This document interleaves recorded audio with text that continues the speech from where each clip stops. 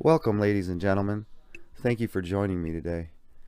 For this presentation, we will be discussing Dr. Anthony Fauci from the President's Coronavirus Task Force and some very interesting background regarding the very secretive Order of the Jesuits.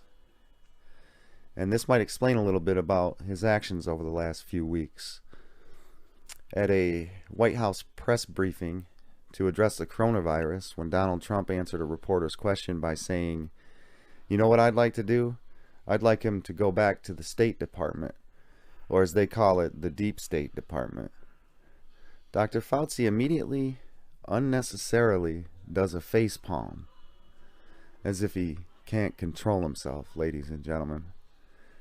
This couldn't be further from the truth, as I suspect that this man has total control of his emotions, probably much more than any of us.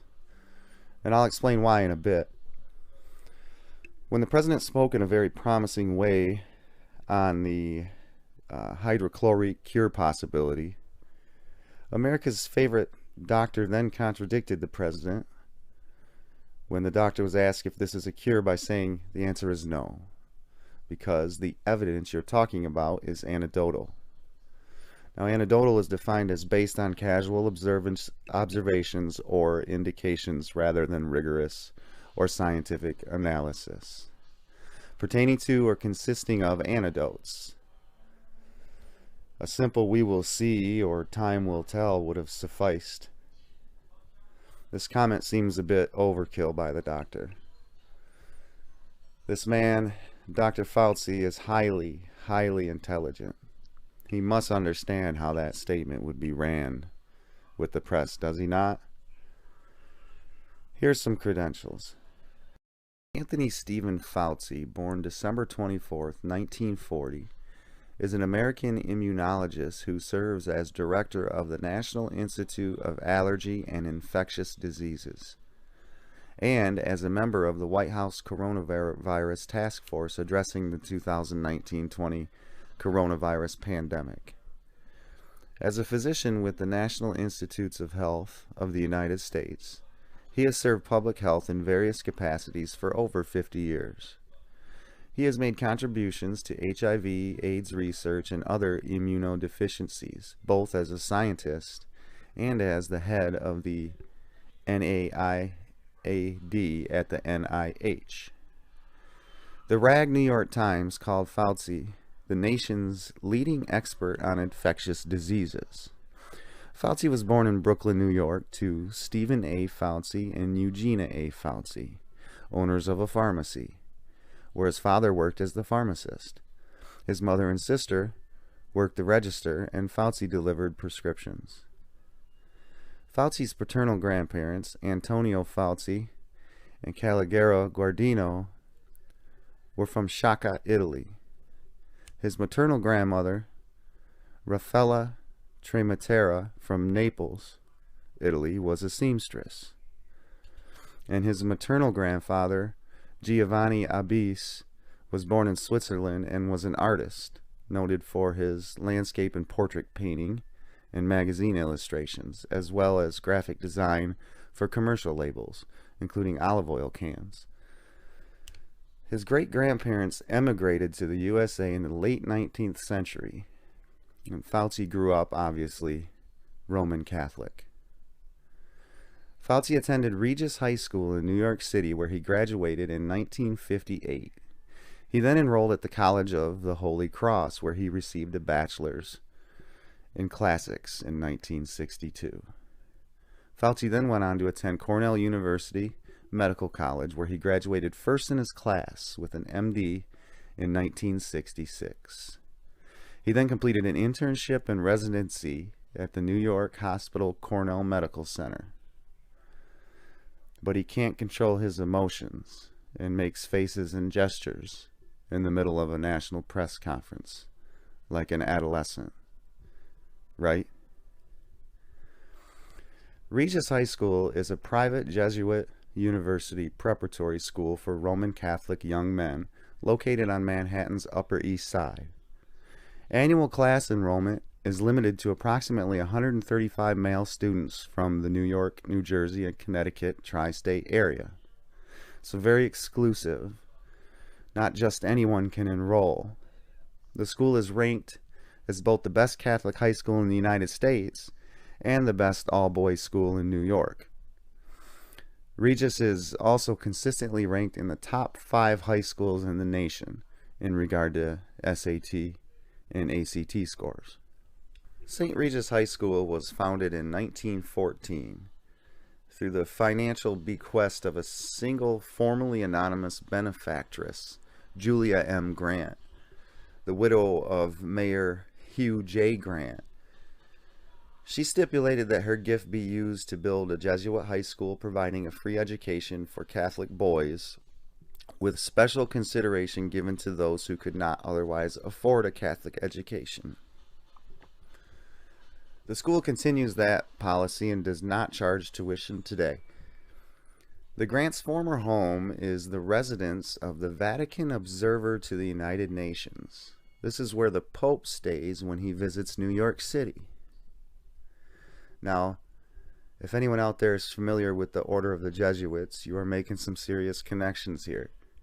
We'll touch upon some of the basics of the Jesuits' methods of operation and some of their rituals. However, we cannot go too far, as we will be covering the Jesuits much more extensively in another presentation devoted entirely to this sun-worshipping cult. The Jesuits are possibly the most secretive, well-organized, disciplined, intellectual mystery school order of them all. In another presentation, I can take you from the 1500s and its founding by Spaniard Ignatius Loyola to the takeover of the Vatican, to the alliance with the Red Shield or the Rothschilds, to the war for independence, to the Civil War, all the way to modern times. They've played a role in all of this, and it's done usually by controlling both sides of a conflict or issue. They are and always will be masters of infiltration and subversion. Their main goal, like that with most of the mystery schools, is to destabilize every government or institution, and then to swoop in with a solution, their solution, usually consisting of them fixing the problem, but while leaving them in a new position of power over those whom have just experienced this problem or issue. Hegelian dialectic: problem, reaction, solution. And when, as this presentation is being created, we are getting ready to approve a $2 trillion loan from the Criminal Federal Reserve in order to fix the SARS-CoV-2 problem. It makes one wonder, doesn't it? This is how they operate, folks. And don't forget this fact, please. Admission to St. Regis is no joke. A prospective student is any 8th grader, baptized Roman Catholic male who has demonstrated superior academic ability, and first completes an application that includes the composition of multiple short essays, and then sits for Regis's own admission test. Of the approximately 1,000 students who sit for this test each year, about 230 are selected for 2 interviews with 1 faculty member and 1 alumni, and around 135 students are admitted. And that's today. I suspect it was much less back when the good doctor attended. There are also various publications that students can work on, such as the newspaper called The Owl, or their yearbook called The Region, as well as several literary publications such as their sports magazine called The Falcon, a journal of opinion called The Crow, and a movie review magazine called Flicks Picks, and a literary magazine called The Raven. Now, the owl, dear listeners, is a very important symbol to them. An owl can see in the dark. Occultists like to use the owl as one of their symbols because they can see things that the average person from the public cannot, or the profane, as they call us. Occult members are enlightened to the dark inner workings of the secret society. Think Bilderberg. They worship that owl and do mock sacrifices to it. The falcon, well, to them it symbolizes the story of the phoenix. In ancient Greek folklore, a phoenix is a long-lived bird that cyclically regenerates or is otherwise born again. And there's that rebirth again, if you've been following this channel. It further states that it's associated with the sun. A phoenix obtains new life by arising from the ashes of its predecessor. Some legends say it dies in a show of flames and combustion. Others that it simply dies and decomposes before being born again. This is mostly just a retelling of the dramas of Isis and Osiris. Please watch the videos on the mystery schools from this channel to see what it is that we are speaking about here. It's very important. Herodotus, Lucan, Pliny the Elder, Pope Clement, and Isidore of Seville are among those who have contributed to the retelling and transmission of the phoenix motif. The phoenix symbolized renewal in general, as well as entities and concepts such as the sun, time, the Roman Empire, Christ, Mary, and virginity. This bird is likely a falcon, and you will see that in another presentation on this channel. The editorial paper and an image on the school logo takes the name of the crow. And again, ladies and gentlemen, this is yet another symbol for their devotion to the occult, and we will explain this in another presentation also.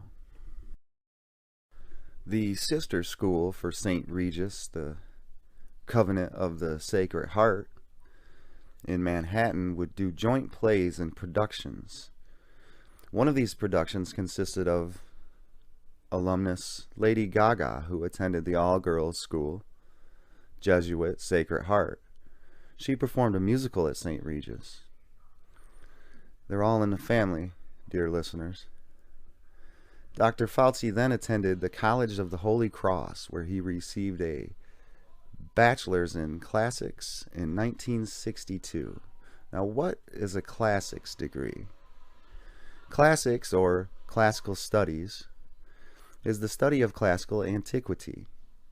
It encompasses the study of the Greco-Roman world, particularly of its languages and literature, like ancient Greek and classical Latin, but also of Greco-Roman philosophy, history, and archaeology. Traditionally in the West, the study of the Greek and Roman classics is considered one of the cornerstones of the humanities and a fundamental element of a rounded education. The study of classics has therefore traditionally been a cornerstone of a typical elite education. Ladies and gentlemen, this definition of a classics degree could also simply be referred to as the study of the mystery schools, as this covers many of the most well-known initiates like Homer, Plato, Pythagoras, etc. I'd also like to point out that this is a very peculiar degree to go into if one is going into medicine, of which the good doctor was indeed doing, unless of course one was studying the history of his forefathers to better understand the exo and esoteric meanings of the great abstract truths of this world, preparing him for his future service to the order. Holy Cross is a private Jesuit liberal arts college in Worcester, Massachusetts, founded in 1843. Holy Cross is the oldest Catholic college in New England and one of the oldest in the United States. Opened as a school for boys under the auspices of the Society of Jesus, it was the first Jesuit college in New England. Holy Cross has traditionally drawn many of its students from a pool of historical Catholic high schools and private boarding schools. though a majority of current undergraduates come from public schools. I'd like to point out the seal of the Holy Cross seen here and this next picture, and you'll recall this if you've watched some of the Mystery Babylon series from this channel. A symbol of the Order of the Rose and Cross, one of the Jesuits' immediate predecessors, many say, which is really just the symbol of the zodiac cross. And of course, what would a mystery school cult be if they didn't have their zodiac and their sun or their Satan? The school color is purple. According to Wikipedia, there are two theories of how Holy Cross chose purple as its official color. One suggests it was derived from royal purple used by Constantine the Great as displayed on his military standard and on those of later Christian emperors of Rome. And again, if you've been watching this channel, you'll know that Constantine was the one who morphed the sun-worshipping Roman Empire into the Catholic Church, and that sun worship is still practiced in many Catholic churches today, ladies and gentlemen, whether the priest and the parishioners even know it or not, and most don't. Written in the book is the college's motto, In hoc signo vinces, which translates as, by this sign thou shalt conquer. The phrase is credited to our favorite Roman Emperor Constantine, and these signs are still seen all over today. A few graduates from here that some of you may know are Chris Matthews, who recently retired from MSNBC, like all those CEOs who keep retiring every other day. Several alumni have held top positions in the world of business and finance. Bob Wright, Chairman and CEO NBC Universal. He was also Vice Chairman of General Electric. James David Power III, that's J.D. Power and Associates founder. William J. McDonough, President of the Federal Reserve Bank of New York and Vice Chairman of Merrill Lynch. Ever heard of Dick Cusack? Well, maybe you've heard of his children. Actors John Cusack, Joan Cusack, or Ann Cusack. Wow, what are the odds? One man having 3 kids that all break into Hollywood and become successful actors. Yes, they're hidden everywhere, folks. You just have to open your eyes and look. Dr. Fauci took a job at the National Institute of Health directly after school, a place he still works today. He met his wife there, Christine Grady. She's an American nurse and bioethicist who as of 2020 serves as the head of the Department of Bioethics at the National Institutes of Health Clinical Center. Bioethics is the study of the ethical issues emerging from advances in biology and medicine. It is also moral discernment as it relates to medical policy and practice. Bioethics are concerned with the ethical questions that arise in the relationships among life sciences, biotechnology, medicine, and medical ethics, politics, law, theology, and philosophy. She has her BS and her PhD from Georgetown U, another Jesuit college. And she's a social justice warrior, which probably isn't good when you're in charge of ethics. In a March 24th article from Heavy.com, she is quoted as saying, quote, "She was inspired to pursue nursing as a career by her parents, who instilled it in her a sense of civic responsibility." Grady told the NIH in 1997 that, "When we were children, I can remember at young ages going on civil rights marches and things like that, because my parents took us there. We did not know what they were really about, because at the time, although I was older than some of my brothers and sisters, I was not that old. So some of the things did not register directly then, but I think they had an impact later on. So I have always been interested." Again, there was my parents' influence in social issues. figures, because here is Doctor with Hillary Clinton, and I think that's his wife in the front left with the white coat at some function.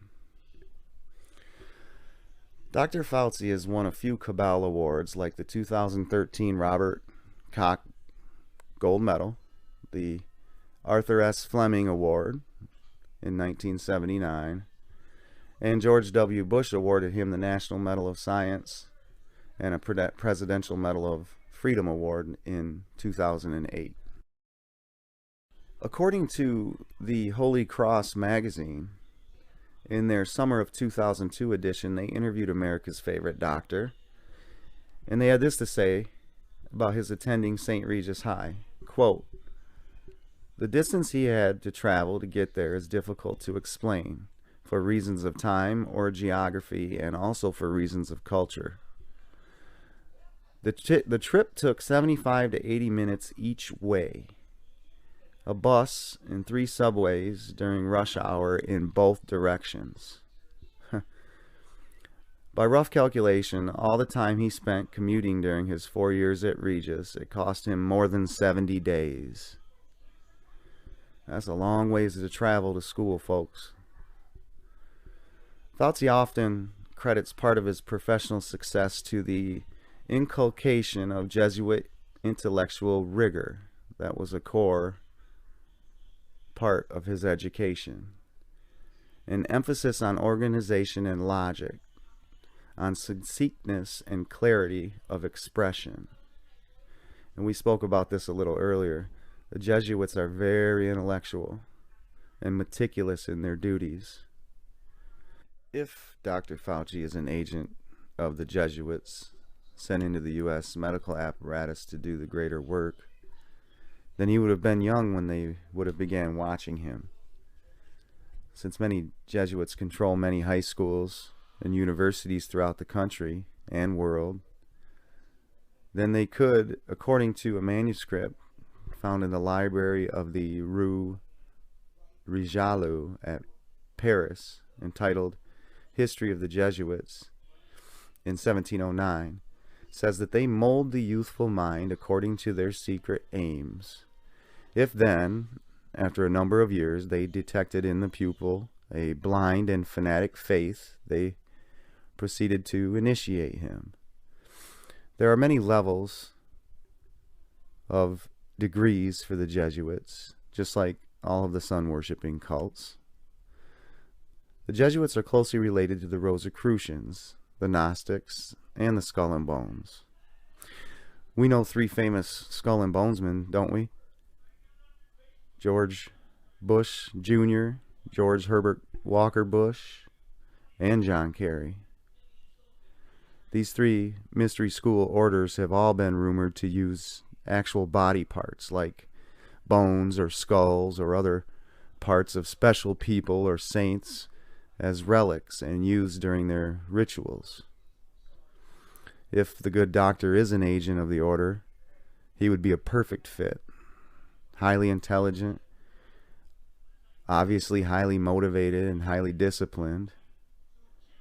And look at him, highly inconspicuous, and then having made entry into an important American institution, just like the unelected deep state does so well. Right out of college, I'd like to point out. And he is able to then immediately begin to promote up to the director position he holds today.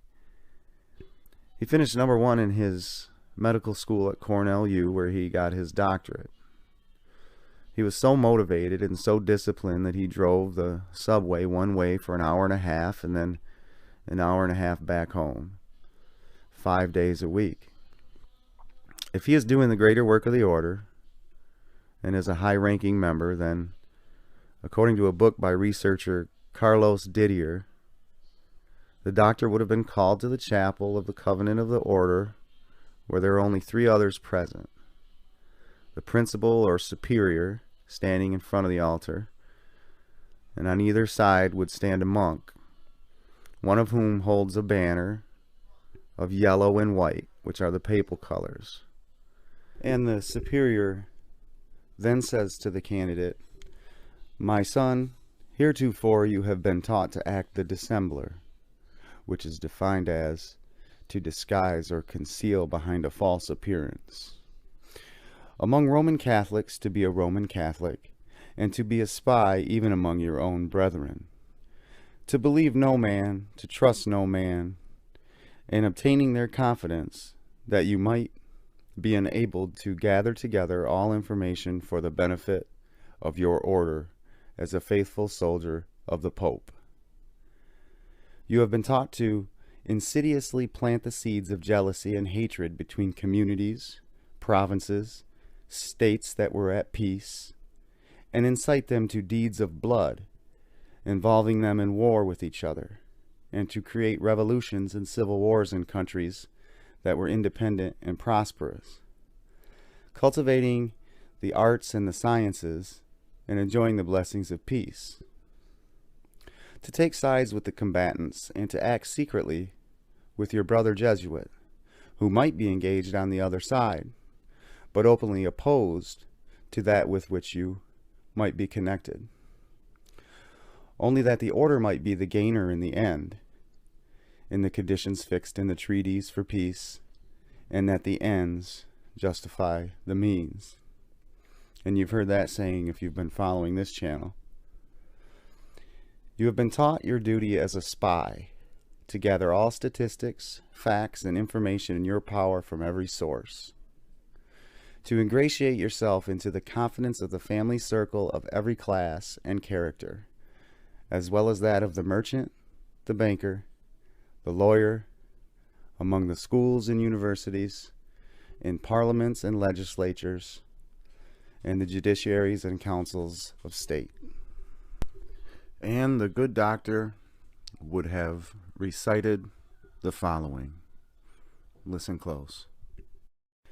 That I may go to any part of the world, whither so far I may be sent, to the frozen regions of the north, the burning sands of the deserts of Africa, or the jungles of India, to the centers of civilizations of Europe, or to the wild haunts of the barbarous savages of America, without murmuring or repining, and will be submissive in all things whatsoever communicated to me. I further promise and declare that I will, when opportunity present, make and wage relentless war, secretly or openly, against all heretics, as I am directed to do, to exterminate them from the face of the whole earth, and that I will spare neither age, sex, or condition, and that I will hang, waste, boil, flay, strangle, and bury alive these infamous heretics, rip up the stomachs and wombs of their women, and crush their infants' heads against the walls, in order to annihilate forever their execrable race. That when the same cannot be done openly, I will secretly use the poisoned cup, the strangulating cord, the steel of the poniard, or the leaden bullet, regardless of the honor, rank, dignity, or authority of the person or persons, whatever may be their condition in life, either public or private, as I at any time may be directed so to do by any agent of the Pope or superior of the Brotherhood of the Holy Faith of the Society of Jesus. If you enjoyed this presentation, please like, share, and subscribe. Thank you for watching.